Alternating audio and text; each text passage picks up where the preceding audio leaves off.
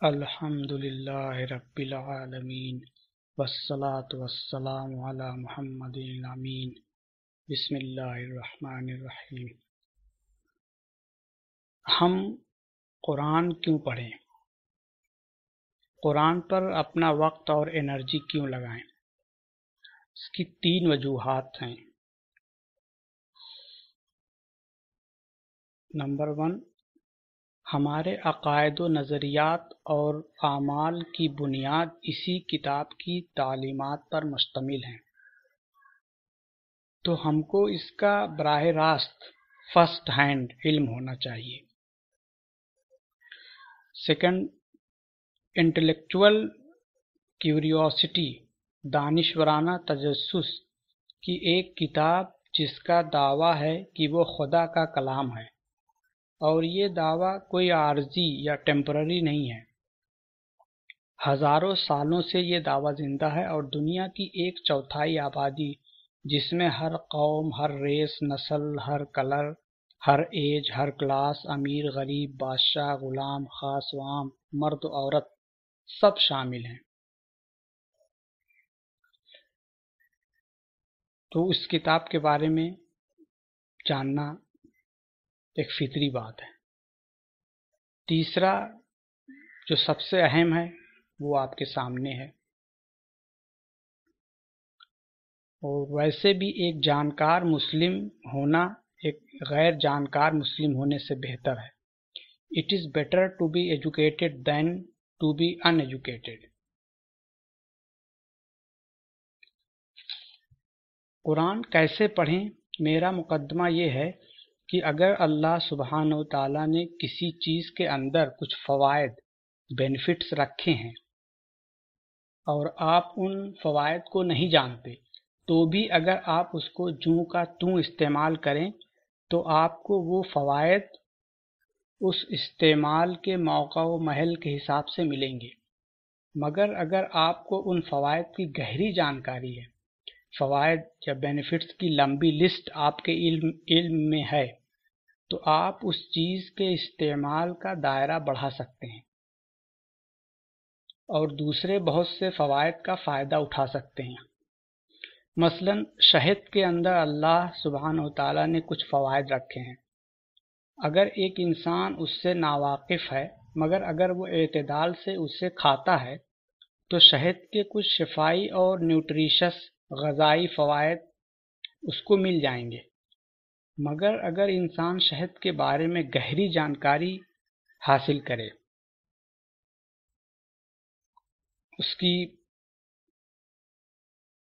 اس کے کلر، مہک، ذائقہ، فلیور اور کمپوزیشن، اجزاء و عناصر، الگ الگ پھولوں سے بنی شہد کے اثرات،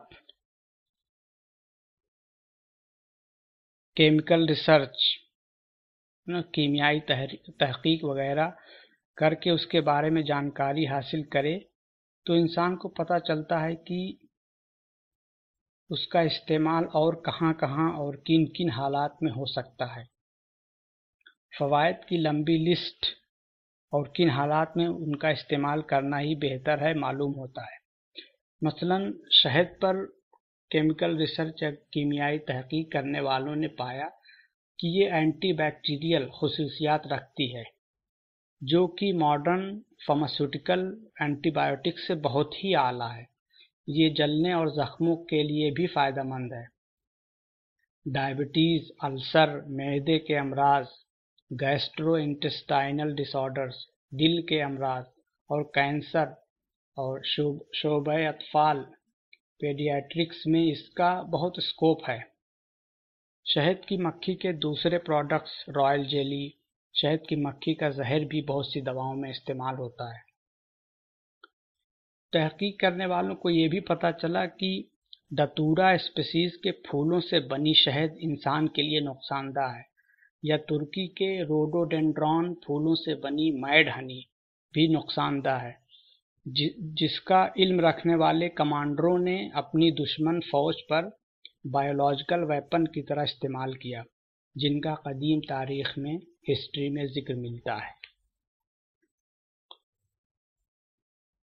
ایک عربی نہ جاننے والے کا صرف عربی قرآن پڑھنے سے بھی فائدہ حاصل ہوگا، جو کہ اللہ سبحانہ و تعالیٰ نے اس میں ثواب کی شکل میں رکھا ہے، جس کا علم حدیثوں سے سب کو معلوم ہے۔ اگر قرآن کے فوائد صرف ثواب پر ہی ختم ہو جاتے تو صرف عربی پڑھ لینا ہی کافی ہوتا، مگر تاریخی طور پر ہمیں معلوم ہے کہ اسی کتاب کے ذریعہ سے محمد صلی اللہ علیہ وسلم اور صحابہ کرام اور بعد کے مسلمانوں نے اپنی زندگی کے سارے معاملات، مثلاً عقائد و نظریات، سیاست و اقتدار، معاشیات، گھریلو اور خاندانی زندگی کے معاملات، معاشرتی و اخلاقی، پرائیویٹ یا پبلک لائف، زندگی اور موت، شادی اور ریزنگ فیملی، جنگ اور امن، غرض یہ کہ زندگی کے ہر شعبہ، ہر معاملات میں قرآن سے فائدہ حاصل کیا۔ اور یہ بھی ایک تاریخی حقیقت ہے کہ اسلامی تہذیب، اسلامک سویلائزیشن کی بنیاد اسی کتاب پر رکھی گئی ہے، جس کے جیسی آج تک دنیا میں کسی تہذیب کی پیدائش و ارتقاء، اوریجن اینڈ ایوولوشن اور سروائیول دیکھنے کو نہیں ملا۔ ایک صحت مند سویلائزیشن کھڑی کرنے اور برقرار رکھنے کے لیے ایک صحت مند گھر سے لے کر بہت سارے صحت مند ملک تک جو بھی چیزیں مطلوب ہیں وہ اس قرآن میں ہیں۔ قرآن کے فوائد کی لسٹ بہت لمبی ہے، جس کا نتیجہ یہ نکلتا ہے کہ ایک عربی جاننے والے کو بھی تفسیر و تاویل پڑھنے کی ضرورت ہے، اور ایک عربی نہ جاننے والے کو عربی قرآن کے علاوہ ترجمہ اور تفسیر و تاویل دونوں پڑھنے کی ضرورت ہے۔ ہمارا مقصد اگلا قدم یعنی ثواب سے آگے کے فوائد کا حاصل کرنا ہے، جس کے لیے ہم ترجمہ و تفاسیر کو پورا پڑھنے، سمجھنے اور یاد رکھنے کے سب سے مؤثر افیکٹو طریقے کو سیکھیں گے۔ یہ ترجمہ یا تفسیر کا بیان نہیں ہے، بلکہ یہ ترجمہ و تفسیر جو آلریڈی ہمارے پاس ہیں ان سے کم محنت و مشقت اور سسٹمیٹک طریقہ سے زیادہ فائدہ کس طرح اٹھایا جائے کو سیکھنا ہے۔ اس سارے ڈسکشن میں قرآن پڑھنے سے مراد قرآن کے ترجمے یا تفاسیر پڑھنے سے ہے۔ الحمدللہ قرآن پر اردو زبان میں اتنا زیادہ اور اتنا اچھا کام ہوا ہے کہ اردو کے ترجموں اور تفسیروں کا انگریزی میں ٹرانسلیشن ہو رہا ہے، ورنہ دوسرے علوم میں معاملہ الٹا ہے، ہمیں صرف انہیں کور ٹو کور پڑھنا ہے۔ جو لوگ مطالعہ کا شوق رکھتے ہیں ان کو زندگی میں یہ تجربہ ضرور ہوا ہوگا کہ کبھی کبھی وہ کوئی کتاب اٹھاتے ہیں اور پڑھنا شروع کرتے ہیں، مگر وہ اس کو بہت مشکل پاتے ہیں تو دلچسپی کھو دیتے ہیں اور کتاب کنارے رکھ دیتے ہیں۔ حالانکہ جو کتاب مشکل ہو اور آپ کی سمجھ میں نہ آئے وہ کتاب ضرور پڑھنا چاہیے، کیونکہ اس کتاب میں کچھ نئی چیز ہے جو آپ نہیں جانتے۔ آپ کے علم میں اضافہ صرف اسی طرح کی کتابوں کو پڑھنے سے ہوگا جو آپ کو کچھ نیا سکھائیں۔ مشکل کتابیں پڑھنے سے ہی سپیریئر نالج حاصل ہوگا، مگر مشکل کتاب کو سمجھا کیسے جائے، اس کا پڑھنا اور سمجھنا آسان اور نتیجہ خیز فروٹفل کیسے بنایا جائے، اس کے کچھ منظم اصول ہیں جو ہم اس ڈسکشن کے دوران دیکھیں گے۔ ویسے تو ہر کتاب کو ہینڈل کرنے کا خاص طریقہ ہوتا ہے، خاص اصول ہوتا ہے جس کو جاننا نہایت ضروری اور فائدہ مند ہوتا ہے۔ سب سے پہلے یہ ذہن میں رکھنا چاہیے کہ کتاب لکھنے والے کا مقصد کیا ہے، وہ کس مسئلے کا حل پیش کر رہا ہے، کتاب کس قسم کی ہے۔ ان سب کی بنیاد پر کتاب پڑھنے کے الگ الگ طریقہ کار کو اپنایا جاتا ہے۔ مثلاً اگر کتاب تھیوریٹیکل ہے تو اس کا مقصد کسی چیز کی جانکاری دینا، دکھانا یا کسی بات کو سمجھانا مقصود ہوتا ہے۔ مثلاً فلسفی یا ہسٹری ہسٹری پڑھنے کا خاص اور ضروری اصول یہ ہے کہ کسی واقعے کا ایک سے زیادہ حوالہ دیکھیں، یعنی کسی واقعے کے متعلق کئی تاریخی کتابیں پڑھیں. Read more than one account of history.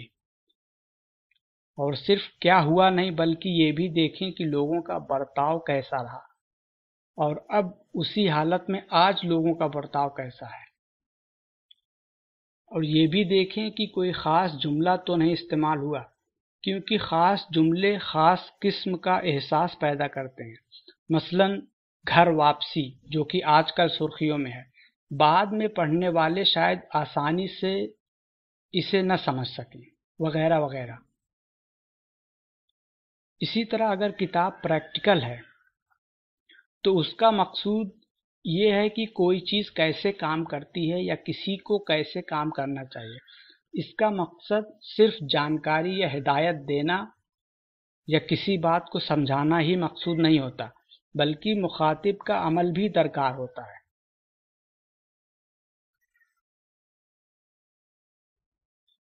تب جا کر مصنف یا ہادی کا مقصد پورا ہوتا ہے. ایک پریکٹیکل کتاب پڑھنے کا اصول یہ ہوتا ہے کہ ہم یہ جاننے کی کوشش کریں کہ ہدایت دینے کا ہدف کیا ہے، ہدایت دینے والے کا ہدف کیا ہے، وہ کس مسئلے کا حل پیش کر رہا ہے، وہ اپنی ہدایات سے ہم کو کون سے نتائج اینڈ ریزلٹس حاصل کروانا چاہتا ہے، اور کیا وہ نتائج اینڈ ریزلٹس صحیح اینڈ ریزلٹس ہیں، اور وہ نتائج حاصل کرنے کے لیے کون سے طریقے میتھڈس بتا رہا ہے. کیا یہ طریقہ ہمارے لیے قابل عمل ہے اور ہماری فطرت کے موافق ہے، اور کیا ہمیں وہ نتائج حاصل کرنے چاہیے بھی کہ نہیں. اور اگر ہم اس نتیجے پر پہنچیں کہ جو ہدایات ایڈوائس دی جا رہی ہے وہ صحیح ہے، اور جو اینڈ ریزلٹ ہے وہ بھی صحیح ہے، اور اس اینڈ ریزلٹ کو حاصل کرنے کا جو طریقہ بتایا جا رہا ہے وہ بھی قابل عمل ہے، تو اس کے بعد ہماری کیا ذمہ داری بنتی ہے؟ کیا ہمیں ان ہدایات کو ماننا پڑے گا اور ان پر عمل کرنا پڑے گا، یا صرف ان سے متفق ہونا پڑے گا، یا متفق نہ ہونے کا بھی کوئی آپشن ہے؟ اور ان سب کے نتائج کیا ہوں گے؟ کیونکہ پریکٹیکل کتابیں بھی کئی طرح کی ہوتی ہیں. مثلا ایک کوک بک ہے، یہ بھی ایک پریکٹیکل کتاب ہے جس میں مثال کے طور پر بریانی بنانے کی ہدایات دی گئی ہے، ترکیب بتائی گئی ہے. ہمارے پاس سارے اجزاء موجود ہیں، یعنی اس ترکیب پر عمل بھی کیا جا سکتا ہے، مگر ہمارے اوپر کوئی ذمہ داری نہیں ہے کہ ہم بریانی بنائیں یا ہم کو بریانی بنانا ہی پڑے گی. اس کے بالمقابل ایک پریکٹیکل کتاب مثلا ایئر کنڈیشنر مینول ہے، جس میں اے سی کو گھر میں فٹ یا انسٹال کرنے، اس کو آپریٹ کرنے، چلانے اور مینٹیننس وغیرہ کی ہدایات، ترکیبیں دی گئی ہیں. اگر ہم ان ہدایات پر عمل نہیں کریں گے تو ہم اے سی کو نقصان پہنچا سکتے ہیں، اس کے اندر کے پارٹس کو نقصان پہنچا سکتے ہیں، مالی نقصان کے علاوہ خود کو جسمانی نقصان بھی پہنچا سکتے ہیں. تو آئیے اب ہم قرآن کو پڑھنے اور سمجھنے کے اصولوں پر نظر ڈالتے ہیں. قرآن کا کور ٹو کور مطالعہ کرنے والے جانتے ہیں کہ قرآن کے بہت سے موضوعات ہیں اور ٹاپکس ہیں، اور ہماری موجودہ ذہنی تربیت یا کنڈیشننگ کے مد نظر ہماری سہولت کے لیے یہ سارے مضامین الگ الگ ایک ایک ٹاپک کی صورت میں نہیں ہیں کہ جس کو ہم ایک کے بعد ایک پڑھ سکیں. مثلا آپ کو قرآن میں ایسے نہیں ملے گا کہ ایک سورت ایمانیات پر ہو، پھر ایک سورت اخلاقیات پر ہو، پھر ایک چیپٹر قانون عبادت، پھر اگلا چیپٹر قانون معاشرت، یا پھر اگلی سورت قانون سیاست، پھر اگلی قانون معیشت، یا پھر ایک جگہ قانون وراثت یا قصص الانبیاء، یا کوئی سورت قانون جہاد پر ہو. یا پھر ایک جگہ ایک صورت حدود و تعزیرات، پھر ایک صورت رسوم و آداب پر ہو، اور آپ جس ٹاپک کے بارے میں علم حاصل کرنا چاہتے ہوں اسے آسانی سے کھول کر پڑھ لیں۔ یہ سارے موضوعات تھیمز ایک دوسرے کے ساتھ بہت ساری صورتوں میں پروئی ہوئی ہیں۔ اس پر مزید یہ کہ قرآن کا اسلوب، زبان کے اسالیب یا لنگوسٹک اسٹائل بھی بہت ڈائیورس ہے۔ عربی زبان کی ساری ڈیوائسز کا استعمال ہوا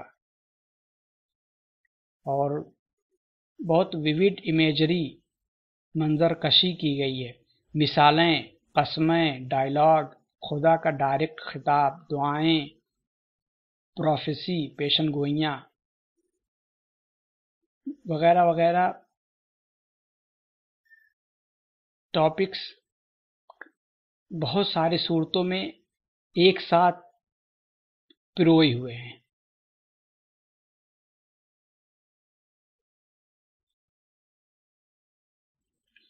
ہم یہاں پر عربی قرآن کے ترجمے و تفسیر کو پڑھنے کے طریقہ پر اسٹیپ بائی اسٹیپ فالو کریں گے۔ کچھ حضرات کو کچھ اسٹیپس بہت بیسک آبویس لگیں گے، مگر اس پریزنٹیشن کے مکمل ہونے کے لیے ہم سارے اسٹیپس کو واضح کریں گے۔ دوڑنے سے پہلے چلنا سیکھیں گے، so please bear with me. اور اس بیسک اسٹیپس میں بھی انشاءاللہ آپ کو بہت کچھ نیا سیکھنے کو ملے گا اور اس اسٹیپ کی حکمت اور ضرورت بھی سمجھ میں آئے گی۔ اور یہ سارے اسٹیپس کوئی ہارڈ اینڈ فاسٹ اصول نہیں ہیں کہ آپ کو انہی کو ہی فالو کرنا ہے۔ یہ معروف اصول ہیں اور ان کی افادیت بینیفٹس ان کے سسٹمیٹک منظم ہونے کی وجہ سے ہیں، جو کہ زیادہ تر لوگ فالو نہیں کرتے، مگر اہل علم جانتے ہیں اور عمل کرتے ہیں۔ کسی کام کرنے کے اسٹیپ یا سسٹمیٹک طریقے سے کرنے کی اہمیت اور افادیت کو ایک چھوٹی سی ایکسرسائز سے سمجھا جا سکتا ہے۔ آپ 3 ڈیجٹ کے 2 نمبر لیجئے اور دونوں کو ایک دوسرے سے ملٹیپلائی کیجئے، ضرب دیجئے، مگر یہ ایکسرسائز کرتے وقت جو نارمل طریقہ ہے اس کو نہیں فالو کریے، بلکہ بے ترتیب اصولوں کا استعمال کریں۔ مثلا نیچے کے نمبر 8 کو پہلے اوپر کے نمبر 7 سے ضرب دینا شروع کریں، تو آپ دیکھیں گے کہ یہ ایکسرسائز کتنی مشکل اور غلطی ہونے کے امکانات کتنے بڑھ جاتے ہیں۔ صدی 2 صدی پہلے قرآن کے انگریزی میں اچھے ترجمے نہ ہونے اور قرآن کے اوپر بیان ہوئے فیچرز کو نہ جاننے کی وجہ سے غیر مسلم دنیا کی کافی بڑی بڑی شخصیتوں، تھامس کارلائل، وولٹائر جیسی شخصیتوں نے قرآن کو سمجھنا بہت مشکل پایا، حالانکہ وہ سب بہت بڑے بڑے اسکالر تھے۔ انہوں نے قرآن کو کسی عام دوسری کتاب کی طرح سمجھا اور پڑھنا شروع کر دیا، نتیجتاً قرآن کے بارے میں غلط خیالات قائم کیا اور لوگوں کو غلط اطلاع بھی فراہم کی۔ تو آئیے اب ہم ایکچول اسٹیپس کی طرف آتے ہیں۔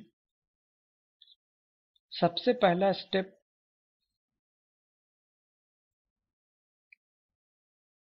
ہم ترجمہ قرآن کے ٹائٹل پیج، کتاب کے نام پر نظر ڈالتے ہیں اور یہ علم حاصل کرنے کی کوشش کرتے ہیں کہ اس کتاب کا ایم یا اسکوپ، مقصد یا دائرہ کار کیا ہے، کتاب کا سبجیکٹ، موضوع کیا ہے، یہ کس طرح کی کتاب ہے۔ یہ آپ کے سامنے قرآن کے بہت سے نام اور صفات ہیں۔ اس سے ہمیں یہ جانکاری ملتی ہے کہ قرآن، دا ریڈنگ، ریسائٹیشن، پڑھی جانے والی، جس کو پڑھا جائے، صراط مستقیم، انسان کے فکر اور عمل، تھاٹ اینڈ ایکشنز کا صحیح راستہ کیا ہے، قول فصل، ڈیسائسو ورڈ، فیصلہ کن ورڈ، صحیح راستہ اور غلط راستے کو کیسے پہچانے، صحیح راستہ کے صحیح ہونے اور غلط راستے کے غلط ہونے کے انفسی و آفاقی اور تاریخی دلائل کیا ہیں؟ موعظہ، صحیح راستے کو چننے کی ترغیب، غلط راستے پر انسان کیوں جاتا ہے اور اس کے نقصانات کیا ہیں؟ شفا و ہدا و رحمہ، صحیح راستہ چننے کا فوائد، شفا اور رحمت کا حاصل ہونا۔ یہ خدا کا کلام ہے، اس کے احکامات، قوانین اور نشانیوں کی کتاب ہے۔ یہ ذکر، یاد دہانی ہے۔ یاد دہانی اس چیز کی کرائی جا سکتی ہے جو پہلے سے ہو مگر آپ بھول گئے ہوں، تو وہ یاد دہانی کیا ہے یہ ذہن میں رکھیں۔ یہ وحی ہے، یعنی اس کا سورس آف اوریجن کیا ہے۔ یہ الفرقان یعنی حق و باطل میں فرق امتیاز کرنے والی کتاب ہے، میزان ہے، ترازو ہے۔ یہ البرہان ہے، کھلا ہوا ثبوت، کلیئر پروف۔ یہ البیان ہے، صاف نصیحت، کلیئر لیسن۔ یہ الحکیم، الحکمہ یعنی اس کی نصیحتیں، اس کے جملے حکمت اور دانائی سے بھرے ہوئے ہیں۔ دوسرے سٹیپ میں ہم قرآن کے پریفیس، مقدمہ یا دیباچہ پر نظر ڈالیں گے۔ عام طور پر مصنف اپنی کتاب کا تعارف کرانے کے لیے ایک ابتدائی بیان یا مضمون لکھتا ہے۔ عربی قرآن میں یہ الگ سے نہیں لکھا ہے، مگر قرآن کے اندر قرآن کے تعارف سے متعلق بہت سی آیات ہیں۔ ترجمہ اور تفاسیر میں عموماً مترجم یا مفسر اپنا مقدمہ لکھتا ہے، مگر یہاں پر ہم قرآن کے چند تعارفی آیات کو نقل کرتے ہیں، جس سے قرآن کا ایک انٹروڈکشن قرآن ہی سے مل جائے۔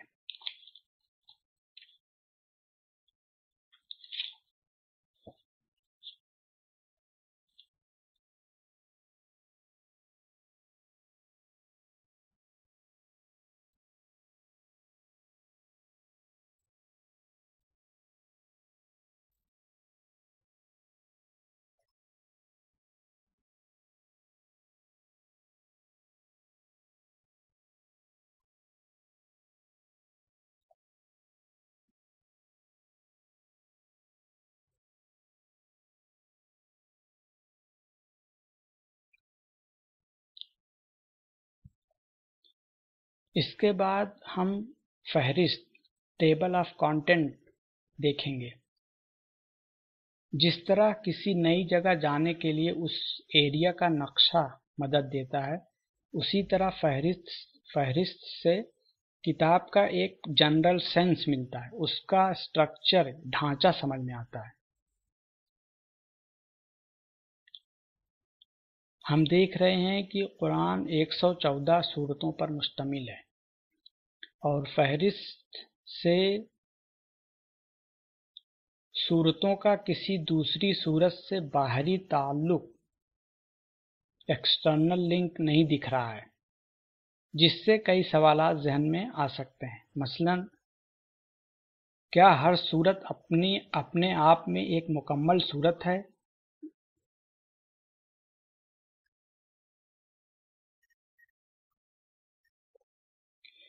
یا قرآن کو کہیں سے بھی پڑھا جا سکتا ہے بنا اس سورہ کے پہلے کی سورہ پڑھے ہوئے بھی؟ کیا دوسری سورہ سمجھی جا سکتی ہے؟ وغیرہ وغیرہ۔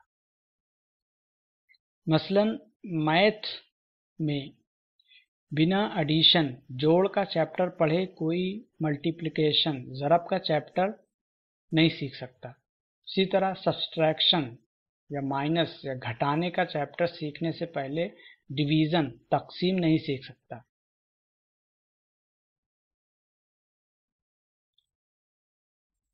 آپ ویڈیوز پاز کر کے پوری فہرست دیکھ سکتے ہیں۔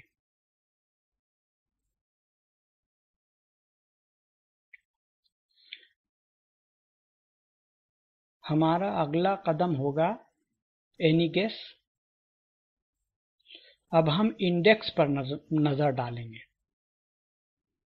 انڈیکس دیکھنے کا مقصد رینج آف ٹاپکس کا جائزہ لینا ہوتا ہے۔ اس سے یہ پتہ چلتا ہے کہ کون کون سے ٹاپک کو کتاب میں کور کیا گیا ہے۔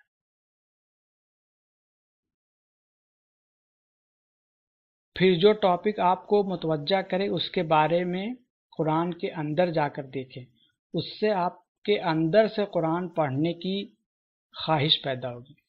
جب تک کسی کام کو کرنے کی خواہش انسان کے اندر نہ پیدا ہو وہ اس کام کو نہیں کرتا، اور اگر کسی باہری دباؤ سے کرنا بھی پڑے تو دل لگا کر نہیں کرتا۔ اس لیے اپنے اندر قرآن پڑھنے کی خواہش کو پیدا کرنا بہت اہم سٹیپ ہے، جو کہ رینج آف ٹاپکس کے پڑھنے سے انشاءاللہ ضرور پیدا ہوگی۔ بہت سے انگریزی ترجموں میں انڈیکس اویلیبل ہے، اردو کے ترجموں میں یہ بہت عام نہیں ہے، مگر کچھ اردو کے ترجموں میں بھی اویلیبل ہے۔ آپ انڈیکس والے ترجمہ یا تفسیر حاصل کرنے کی کوشش کریں۔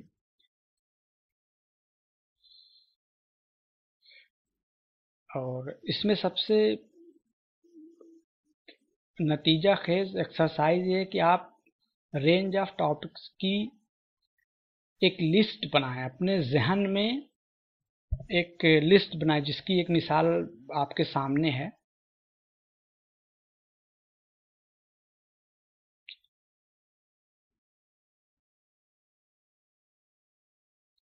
یہ ٹاپکس کو کیٹیگرائز کرنے کا بینیفٹ یہ ہوتا ہے کہ یہ ذہن میں آپ کو ایک آئیڈیا لگ جائے گا کہ کس کس طرح کے ٹاپکس ایز اے ہول کور کیے گئے ہیں، جو کہ لائف ٹائم آپ کو یاد رہیں گے۔ اور اگلا قدم یہ کہ جو بھی ٹاپک آپ کو فوراً متوجہ کرے یا اہم لگے یا جس کے بارے میں آپ پہلے سے کیوریس ہوں، اس کو قرآن کے اندر جا کر دیکھیں۔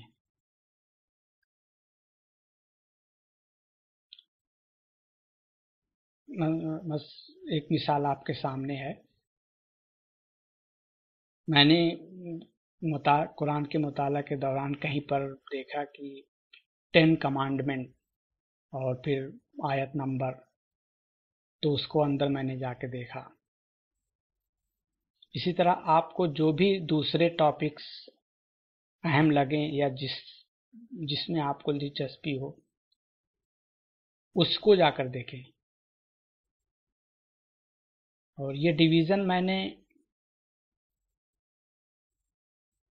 شروع کے حساب سے کیا ہے۔ قرآن کے مضمون کو آپ عقائد، اخلاقیات، فلسفہ، معاشرتی، سیاسی اور معاشی نظریات اور عملیات، ڈاکٹرین اینڈ کنڈکٹ کی بنیاد پر بھی کیٹیگرائز کر سکتے ہیں، مگر ہم یہاں پر ابھی ایز اے اسٹوڈنٹ، طالب علم، سب سے ایزیسٹ کیٹیگری میں رکھ رہے ہیں کہ جو ہمارے ذہن میں بیٹھ جائے۔ اس کے بعد اگلا قدم ہے کہ جو صورتیں آپ کو اہم لگیں اور متوجہ کریں، ان صورتوں کی سمری اسٹیٹمنٹ، خلاصہ پڑھیں، جو اچھے تراجم میں مل جاتے ہیں۔ اس سے سورہ کے مضمون کے بارے میں جانکاری حاصل ہوتی ہے اور آگے پڑھنے کی خواہش بڑھتی ہے۔ ابھی آپ پوری سورہ نہ پڑھیں، صرف سمری خلاصہ پڑھیں، پھر سورتوں کی 2-4 آیات پڑھیں اور دیکھیں کہ اس کے مباحث کیا ہیں، کس بات پر زور دیا جا رہا ہے۔ پھر 1-2 چھوٹی سورتوں کو پڑھیں۔ ہم یہاں پر چند مثالیں دیکھتے ہیں۔ ابھی ہمارا مقصد قرآن کو شروع سے آخر تک پڑھنا ہی شروع نہیں کرنا، ابھی قرآن سے اپنے کو متعارف کرانا ہے۔ یہ مثالیں آپ کے سامنے ہیں۔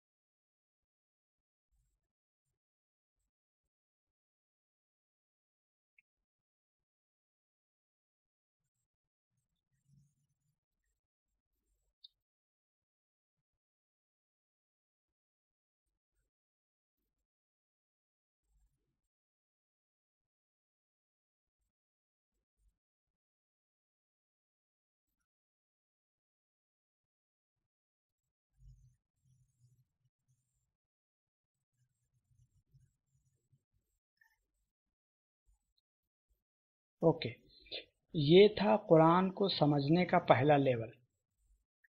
اس کا مقصد خود کو قرآن سے متعارف ہونا، اس کے مضامین ٹاپکس سے فیملیئر ہونا اور اپنے اندر اس کتاب کو پڑھنے کی خواہش پیدا کرنا تھا۔